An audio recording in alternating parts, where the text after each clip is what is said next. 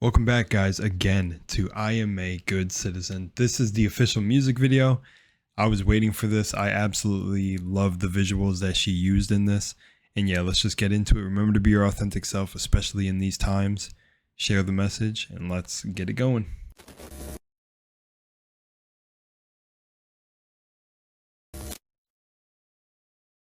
Alrighty, here we go. The further a society drifts from truth, the more it will hate those who speak it. George Orwell. Keep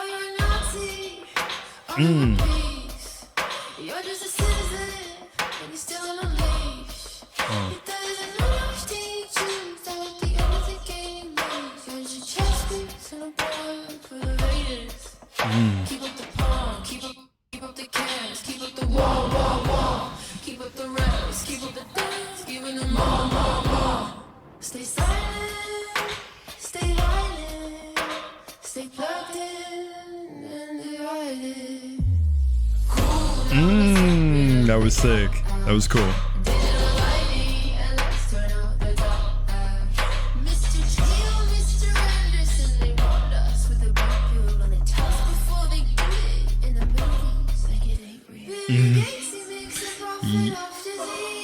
It's so funny that she said that line because there's just a new movie that came out. I don't know who the movie maker is, but it's the Disclosure or something, Disclosure Day, and it's like an invasion. It's like, bro, they're telling you exactly what's going on.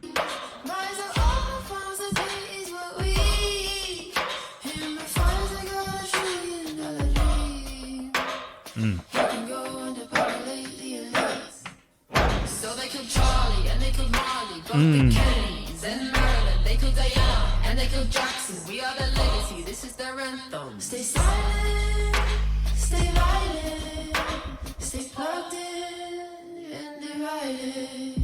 Bombs drop from heaven just like hail. Drive your own through the mud, well done is real. When the altar and the ballot and the barrel shooting me, cleanse the country, kill the children, Mr. Baby, how do you sleep?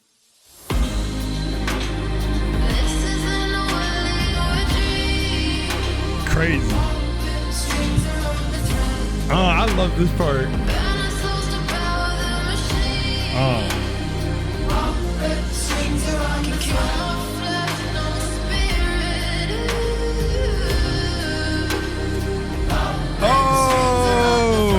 that's a nice touch. Oh, dude, this is like my favorite part of the song.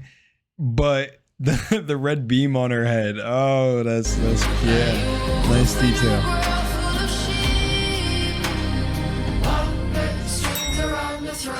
Oh, interesting. An elevator.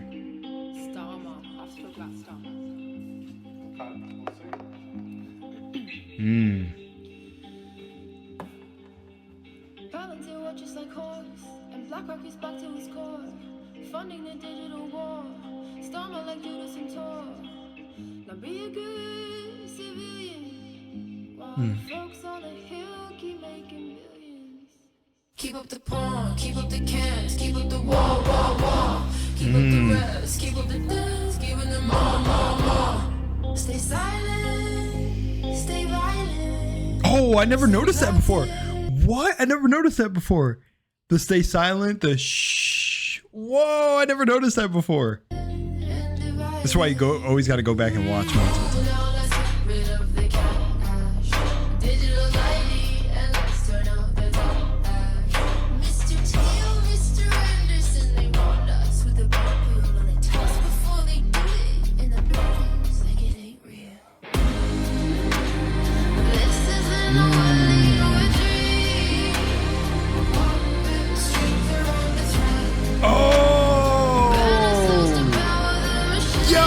Okay, that's cool. That's cool. It's such a subtle detail, but it's fire. It's not subtle. She's moving like it, but she's okay. It's funny because remember in my video where I said, well, in the videos I've watched, I said, I don't know if she's controlled opposition because they definitely have people that pretend to be conscious. Sometimes they play their hand, not saying because she's funded, she's a doctor and is going against it, you know, and they could build up characters. But that's funny because I didn't even think about the bar. Puppet strings are under threat. I'm not saying her, but that's wild. I get what she's referencing, but it's her body movements, bro. Like the strings are on her. But isn't that also wild? Because I was saying that, you know, I'm not sure. You know, I'm usually right about the people, like, you know, there's a certain Tate figure that I was telling people I knew was controlled opposition. You discern. I don't get that vibe from her. So anyone who's a fan of her and says to protect her in my comments, yeah, I'm with you guys. Anyone who speaks out against this stuff, but yeah, especially because she's a doctor and that's insane. And she, you know, if you've seen what happened during the other doctors that spoke out during that big event in the world. But yeah, this is wild. I love this imagery right here, dude. That's crazy.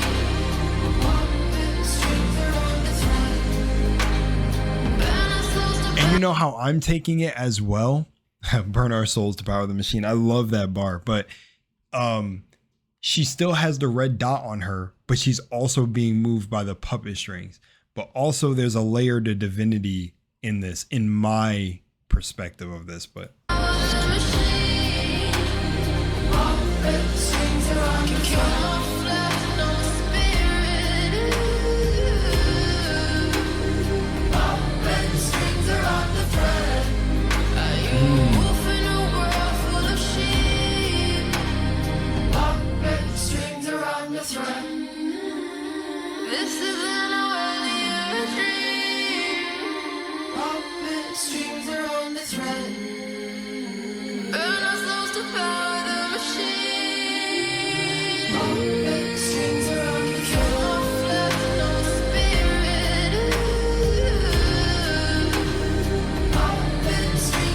interesting.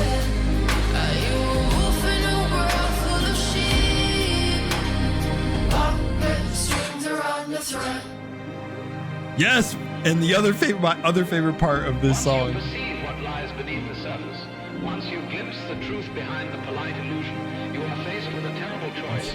Do you speak or do you remain silent?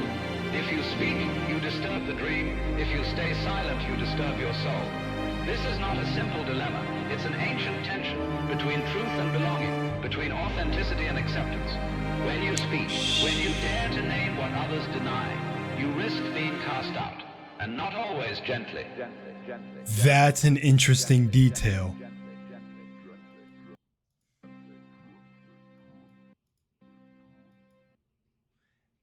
Whoa, okay, hang on here. Okay, we're gonna go full in with this. Okay, cool. Post editing Lunar or Rel hopping in here to say, I think the lyrics that actually really did resonate with me. The other lyrics that I end up saying in the video resonate with me on the scale of like everyone else. You know, that it doesn't matter what side you choose. Choose unity, choose, you know, loving thy neighbor and locking in for what's to come. You know, just being aware, not fear mongering. But the lyrics that stuck out to me personally as an individual are the lyrics that are like, you know, are you a wolf in a world full of sheep? The ending, because it really responds to what I went through personally on my awakening journey, where I realized it wasn't a battle of left or right. It was literally like a divine battle trying to keep you away from knowing your true inner you. And that's the thing that speaks out to me the most. Same with the, you know, they're burning our souls to try to power this machine. That's another thing from things that I've learned during my awakening. And also the lyric of you can kill my flesh, but you can't kill my spirit.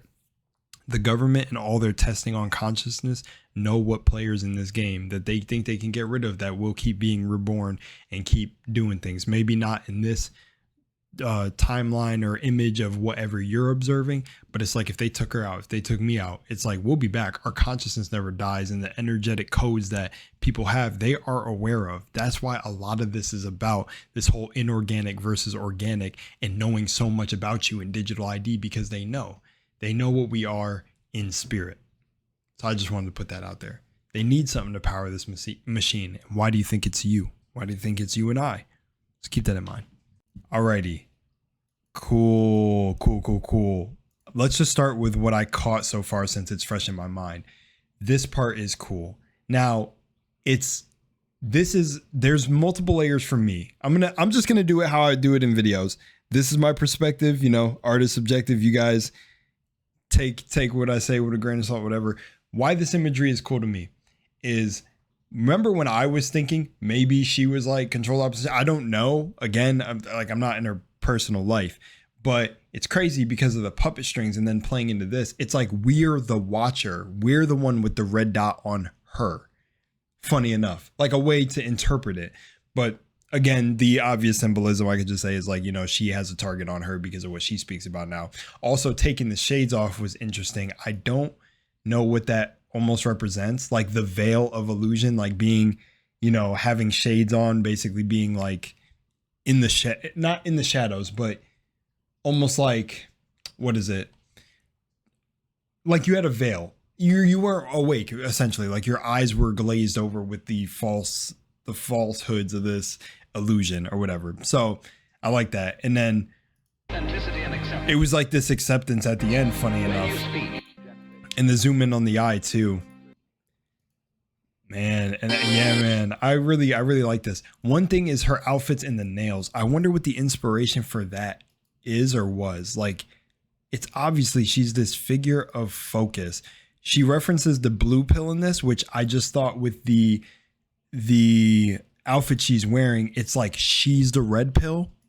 Also like this divine feminine thing, this waking up.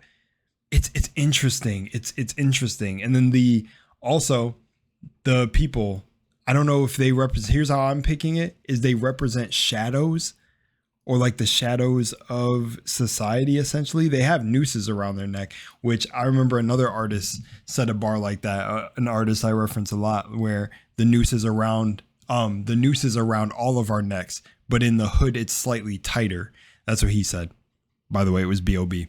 But that was another really, really cool bar.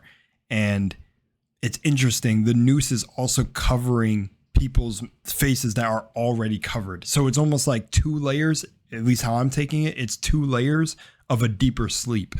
The people are already covered in one veil, and then there's a noose around the veil. So it's like you have two layers of being asleep. You're like two layers deep in the sunken place.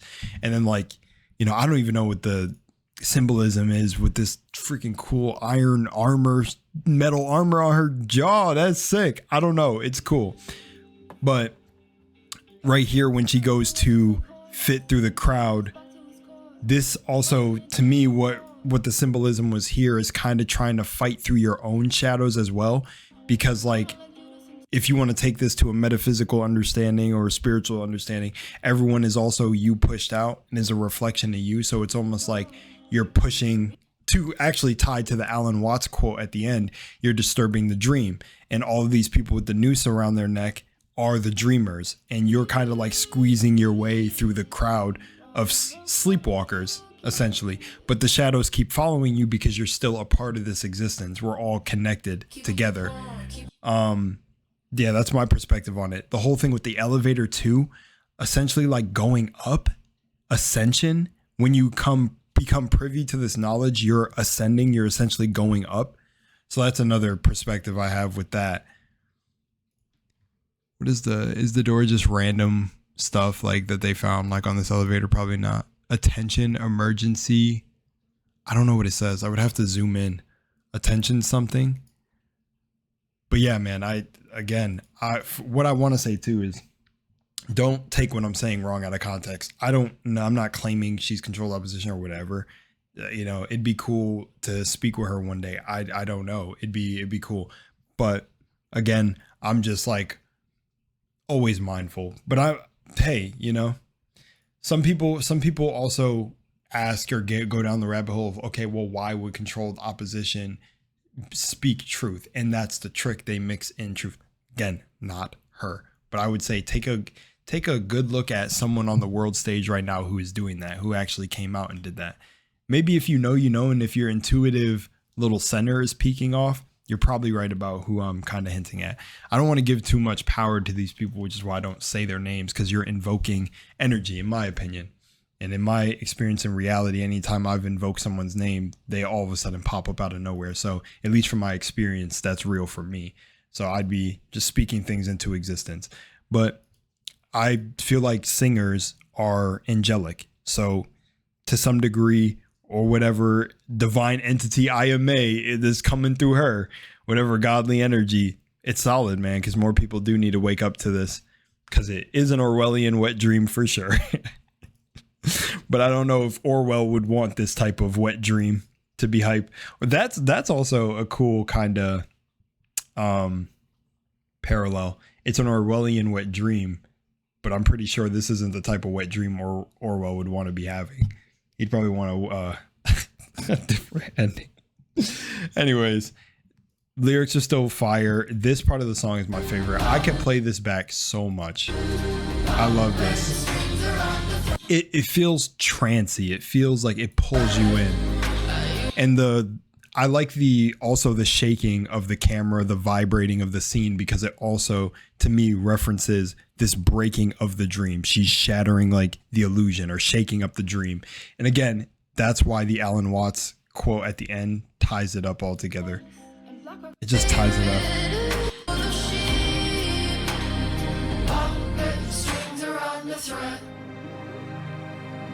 I love this. Beneath the surface, once you glimpse the truth behind the polite illusion, you are faced with a terrible choice.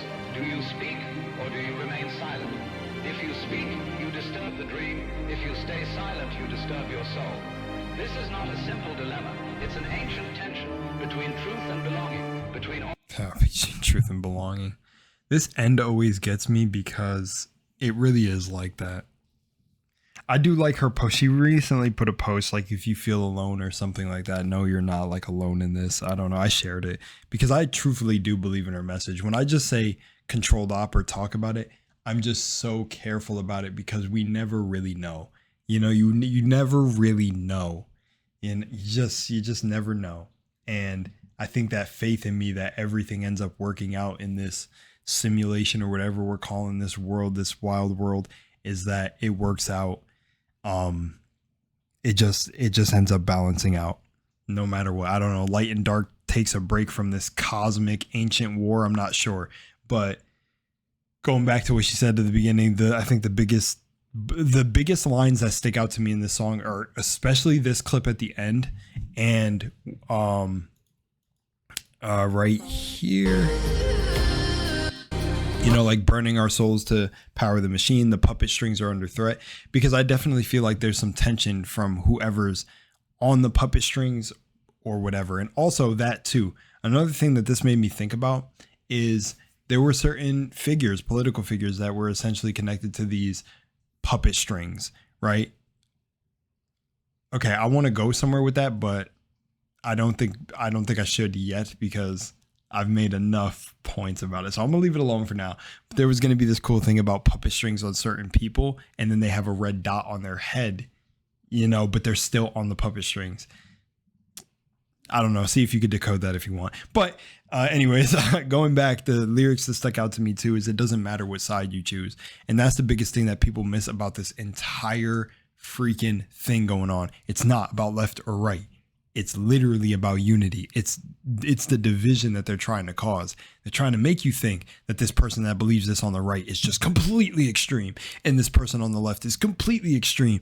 And you know how the psychology works with all of this is they know that they're going to be the people that are going to call it out, but they already had a backup plan for that. Call them a theorist, call them this, call them somebody that's just out of their mind, etc., etc. Making sure my mic's not muted. And then they got multiple layers to it. And then you got the loud minorities and the loud minority in both sides of the argument that are paid off, that don't even hold the same beliefs, but stir up the ones who genuinely feel like there needs to be some change. And they stir up that hate and rage that's never been healed in them. So that makes it's just layer by layer by layer.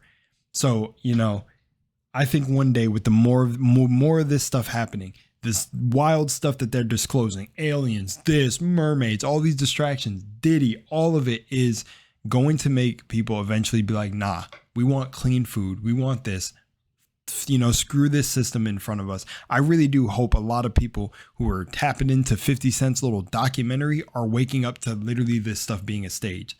These are players on the world stage, bro. And I got a huge video that I'm releasing soon about it. And I don't know if I'm going to keep it public or keep it paid.